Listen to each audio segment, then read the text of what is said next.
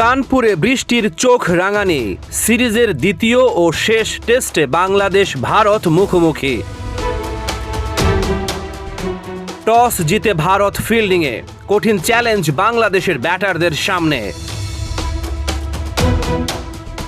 বাংলাদেশের একাদশে পরিবর্তন দুইটা।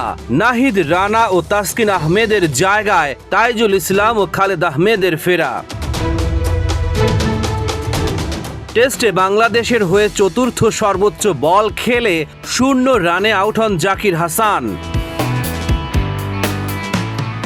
নিজের 2 ওভার পর ফিরে আরেক ওপেনারের উইকেট শিকার করেন আকাশ। সাদমানের দীর্ঘশ্বাস। মেঘলা আবহাওয়া, বৃষ্টি ও পেস বান্ধব কন্ডিশন।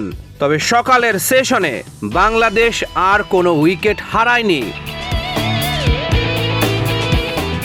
তৃতীয় উইকেটে 51 রানের জুটি।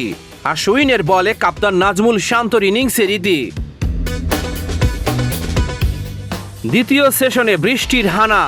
মাত্র 9 ওভার হয় খেলা।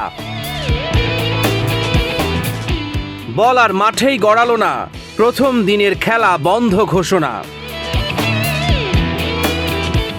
মুমিনুলের ব্যাটেই বাংলাদেশ করছে আশা।